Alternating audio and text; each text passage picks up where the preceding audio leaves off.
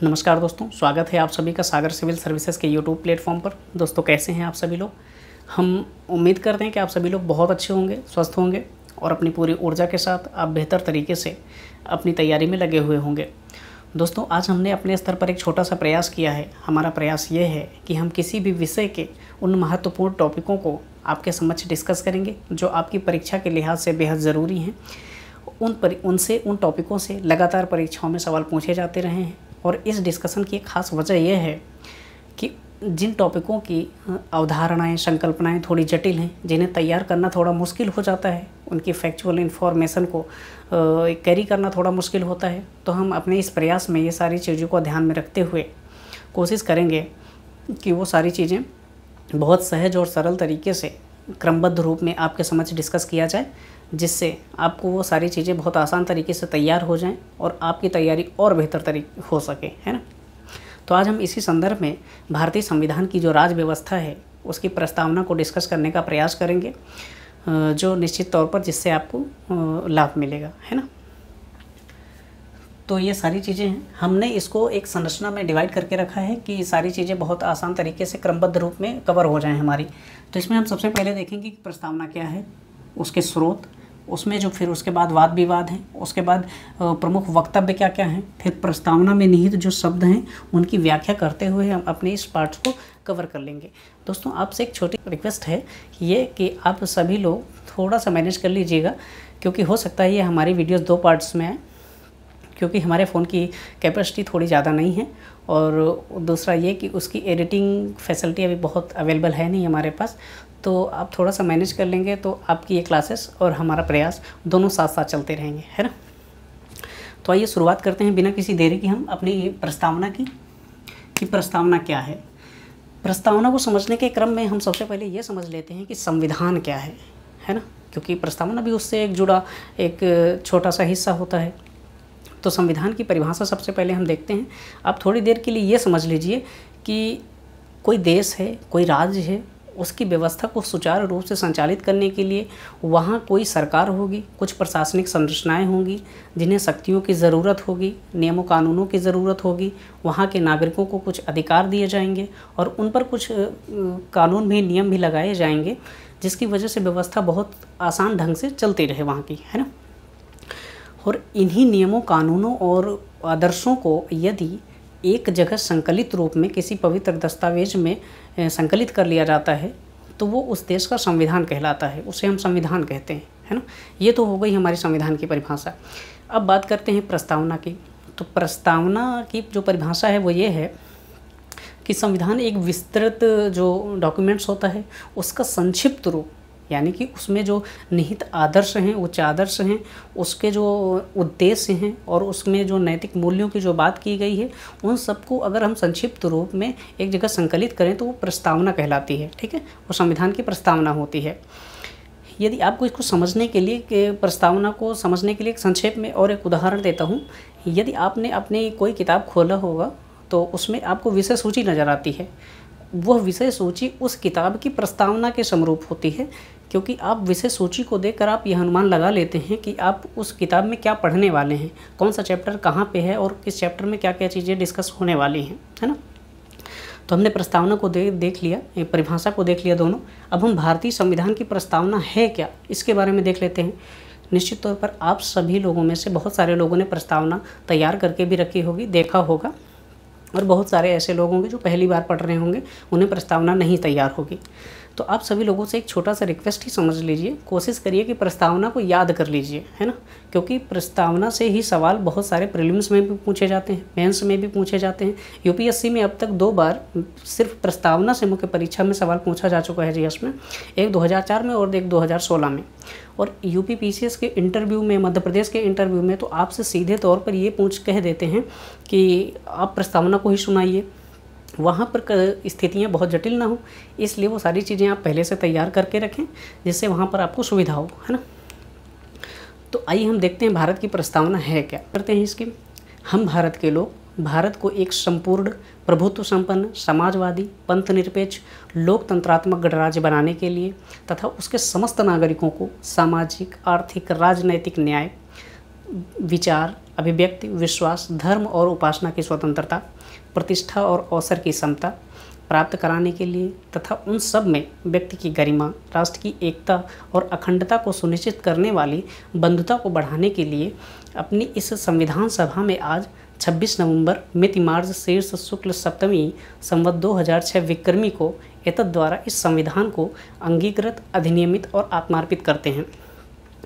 आप सभी लोगों से एक गुजारिश ये है कि आप प्रस्तावना को इसी क्रम में याद करिए, इसमें कोई शब्दों का उलट क्रम मत करिएगा, क्योंकि इसके क्रम से ही कई बार सवाल बने हैं यूपीएससी में भी और यूपीपीसीएस में भी, जिससे आपको वहाँ पर मुश्किलों का सामना ना करना पड़े, है ना।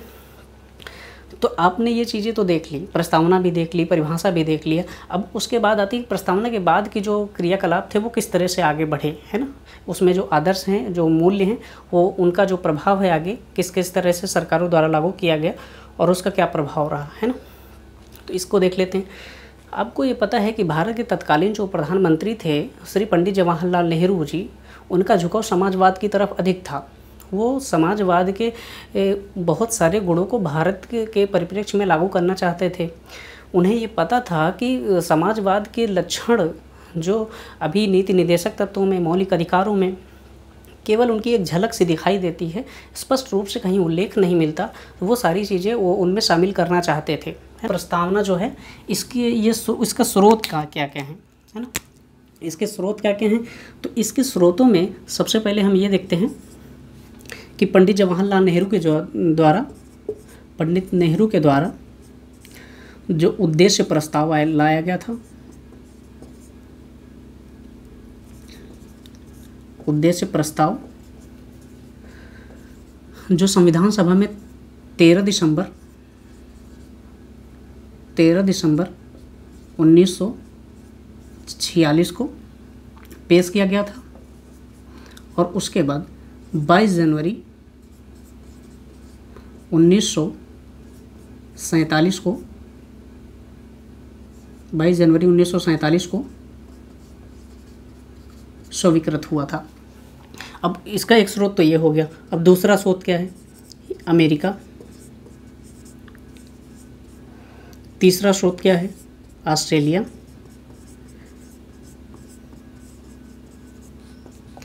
आपको ये लग रहा होगा कि नेहरू प्रस्ताव के जो उद्देश्य, नेहरू जी का जो उद्देश्य प्रस्ताव था, इससे तो समझ में आ रहा है। अब हमने अमेरिका और ऑस्ट्रेलिया से ग्रहण कर लिया। तो आपको एक चीज़ और ध्यान रखनी है कि दुनिया में सबसे पहला संविधान किसने बनाया था? दुनिया में पहला संविधान किसने बनाया था? तो अमेरिका ने बनाया था, ये आपको पता है। आपको ये भी पता होना चाहिए कि दुनिया की में जो पहली प्रस्तावना बनाई थी, पहली प्रस्तावना जो बनी थी उसको भी अमेरिका ने ही बनाया था। उसके बाद बहुत सारे देशों ने उसे अपनाया है, उसमें से एक भारत भी है, ठीक है। लेकिन आपने जब समझ लिया कि अब प्रस्तावना जो है उद्देश्य प्रस्ताव से भी हो गई है, जुड़ी हुई है, अमेरिका से भी जुड़ी, उसकी प्रस्तावना से जुड़ी हुई है, अब हमने ऑस्ट्रेलिया से क्या देखना है? हमने अमेरिका से जो प्रस्तावना का जो है क्या ग्रहण किया था? प्रारूप ग्रहण किया था।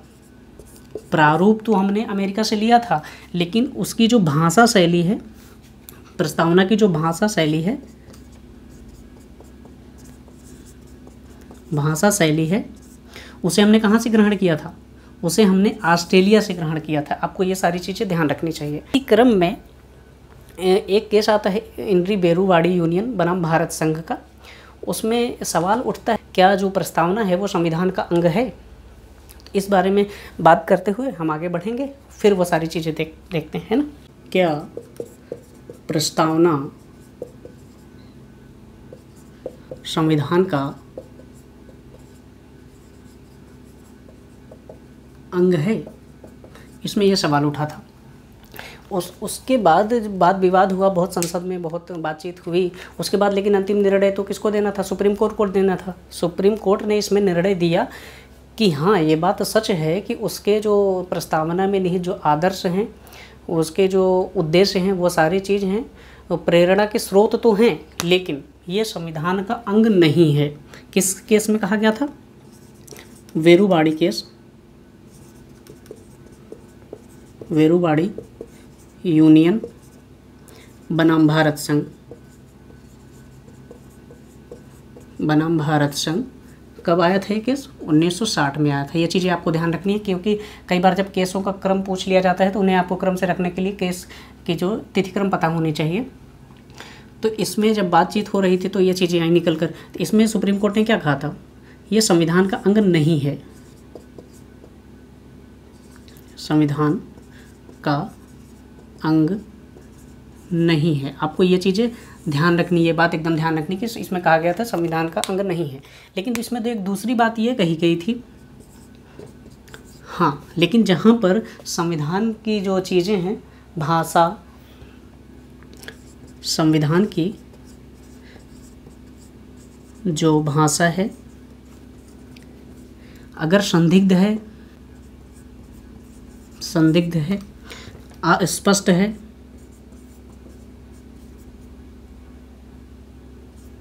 अस्पष्ट है, वहाँ पर इसका रेफरेंस के तौर पर इस्तेमाल किया जा सकता है।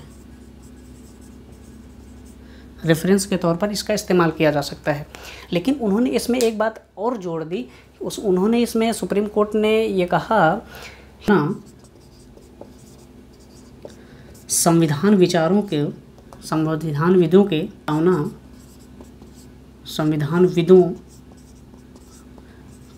के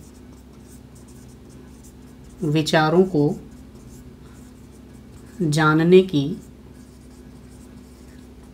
कुंजी है। ठीक है, आपको ये वाला स्टेटमेंट ध्यान रखना है।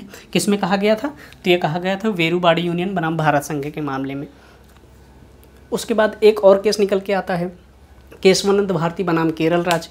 उसमें क्या क्या चीज़ें आई थी सामने, आप नोट कर लीजिए एक बार थोड़ा।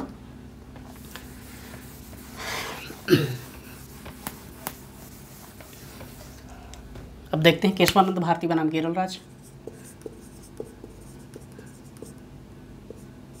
केशवानंद भारती बनाम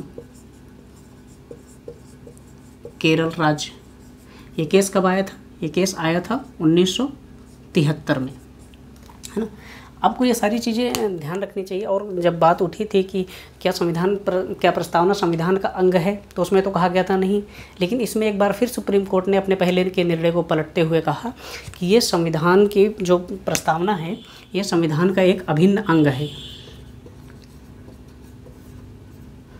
अभिन्न अंग है।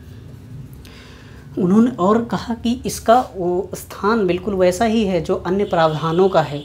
और इसमें एक दूसरी बात जो कही गई थी वो ये थी, दूसरी बात जो थी, मूल ढांचे की बात की गई थी।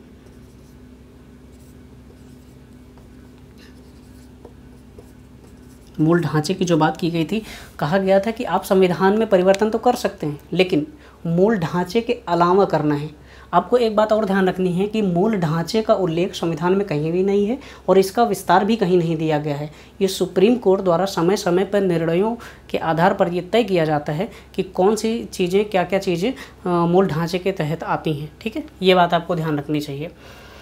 और उनमें एक बात ये भी कही गई थी, तीसरी जो बात निकल के आई थी वो ये थी, ये न्याय योग्य नहीं है। प्रस्तावना जो है न्याय योग्य नहीं है। ठीक है, न्याय योग्य नहीं है मतलब इसके आधार पर कोई निर्णय नहीं दिया जा सकता। लेकिन मैं आपको बता दूं कि प्रस्तावना में एक चीज़ और है, ये वाद योग्य भी नहीं है। वाद योग्य भी नहीं है। वाद योग्य का क्या मतलब है? वाद योग्य है कि मतलब इसके जो आदर्श हैं, जो उद्देश्य हैं, इनको सुप्रीम कोर्ट द्वारा या किसी न्यायालय द्वारा लागू नहीं करवाया जा सकता। आपको एक चीज़ और ध्यान रखनी चाहिए इसमें, संविधान में जो प्रावधान स्पष्ट रूप से उल्लेख हैं, संविधान के स्पष्ट प्रावधानों को यह परिवर्तित नहीं कर सकती है ना। ये तीनों चीज़ें आपको ध्यान रखनी चाहिए। ये संविधान के जो स्पष्ट प्रावधान हैं उनको बदल नहीं सकती है। केवल इसका रेफरेंस के तौर पर इस्तेमाल किया जरूर जा सकता है, ना ही ये न्याय योग्य है, ना ही वाद योग्य है, और ना ही ये संविधान के स्पष्ट प्रावधानों को बदल सकती है। आपको इतनी सारी चीज़ें हो गई, तो इसी क्रम में आपको एक छोटी सी हिस्ट्री और समझनी चाहिए कि समाजवाद की तरफ तो झुकाव पहले से नेहरू जी का था, और 1962 में, 65 में, 71 में हम युद्धों को लड़ चुके थे। हमारी आर्थिक स्थिति बहुत दयनीय हो चुकी थी और 1970-72 में अकाल पड़ा था भारत में बहुत बड़ा, है ना।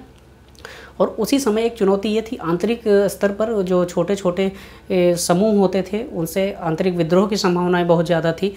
तो संविधान की करने की बात की गई थी। क्या क्या थी वो? समाजवादी थे, समाजवादी और पंथ निरपेक्ष, पंथ निरपेक्ष, निरपेक्ष और अखंडता शब्द।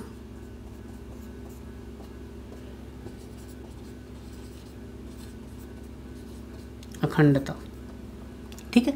क्योंकि पंथ निरपेक्ष शब्द को जोड़ने का एक मतलब ये था कि हमारे अभी भारत को आज़ाद हुए बहुत लंबा समय नहीं हुआ था और इसी से जो भाग अलग होकर पाकिस्तान बना था वो एक मुस्लिम राष्ट्र था। तो अंतर्राष्ट्रीय स्तर पर ये सारी बातें होती रहती कि पाकिस्तान मुस्लिम राष्ट्र है, भारत हिंदू राष्ट्र है। ये सारी चीज़ें पूरी तरीके से, क्योंकि भारत में बहुत सारी आबादी मुस्लिमों की रहती थी, ये सारी चीज़ें अंतर्राष्ट्रीय स्तर पर भारत की छवि को ख़राब करती थी। इन सब चीज़ों को ध्यान में रखते हुए भारत ने अपने संविधान में 42वें संविधान संशोधन के द्वारा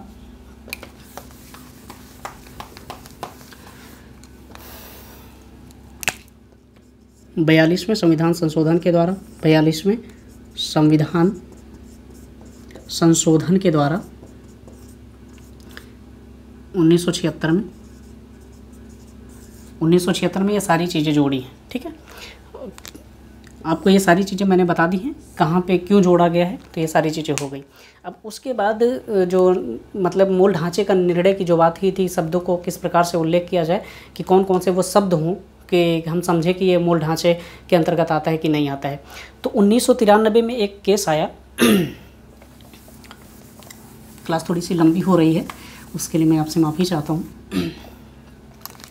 1993 में एक केस आया है, 1993 में केस आया SR बोम्मई, SR बोम्मई बनाम भारत संघ, ठीक है। और इसमें जस्टिस रामास्वामी ने, न्यायमूर्ति कौन थे? रामास्वामी, रामास्वामी ने वेरुबाड़ी यूनियन बनाम भारत संघ के मामले को एक बार फिर से पलटते हुए कहा कि प्रस्तावना संविधान का एक अभिन्न अंग है, ठीक है। ये जो अभिन्न अंग है, इनमें उनने प्रस्तावना में कौन कौन से शब्दों को शामिल, मतलब मूल ढांचे में कौन कौन से शब्दों को शामिल किया है, तो वो हैं प्रजातांत्रिक स्वरूप, प्रजातांत्रिक स्वरूप, समाजवादी, पंथ निरपेक्ष, पंथ निरपेक्ष, अखंडता, ये वो सारे शब्द हैं जिन्हें मूल ढांचे के रूप में शामिल किया गया था। यहाँ पर एक न्यायिक पुनरावलोकन की भी बात इसी में की गई थी, न्यायिक पुनरावलोकन। ये सभी संविधान के मूल ढांचे के अंग हैं। आपको ये चीज़ें ध्यान रखनी चाहिए। अभी हमने आपको एक चीज़ और बताई थी, जो समाजवादी पंथ निरपेक्ष और उसके बाद अखंडता शब्द, और अखंडता शब्द जो था, आपको यहाँ पर एक छोटी सी चीज़ और ध्यान रखनी है, मैं भूल गया था उस समय, तो आपको ये चीज़ ध्यान रखनी है। ये समाजवादी और पंथ निरपेक्ष भारतीय संविधान की प्रस्तावना के प्रथम पैरा में जोड़े गए थे, ये प्रथम पैरा में जोड़े गए थे ये दोनों। और ये और अखंडता शब्द ध्यान रखिएगा, केवल अखंडता नहीं है, और अखंडता शब्द को छठे पैरा में जोड़ा गया था।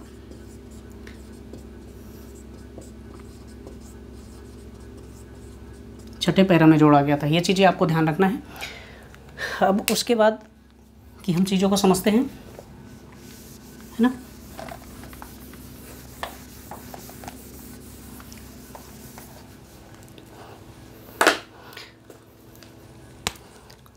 इसी के बाद न्यायमूर्ति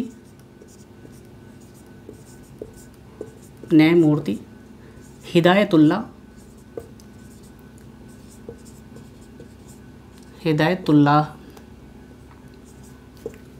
ने गोलकनाथ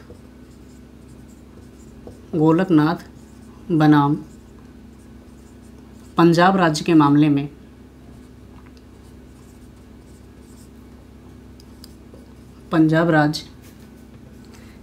में प्रस्तावना को क्या कहा?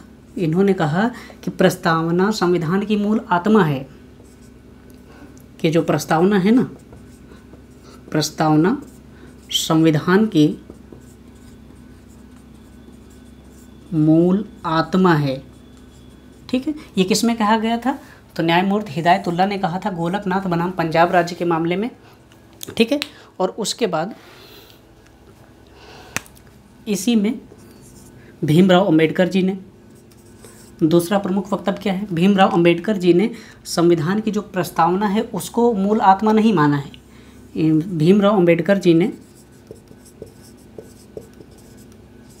भीमराव जी ने संवैधानिक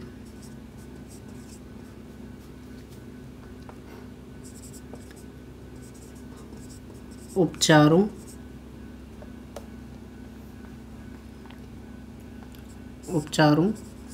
के अधिकार जो अनुच्छेद कौन सा है? अनुच्छेद 32 है। इन्होंने इसको मूल आत्मा माना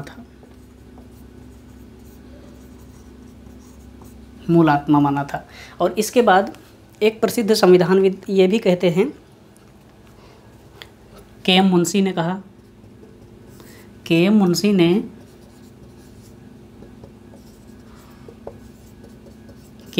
ने प्रस्तावना को राजनीतिक जन्मपत्री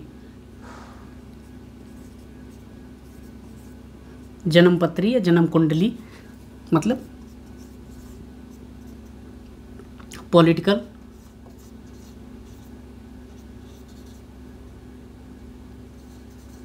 पॉलिटिकल होरोस्कोप का है। ठीक है, अब इन सब चीज़ों को हमने तो देख लिया।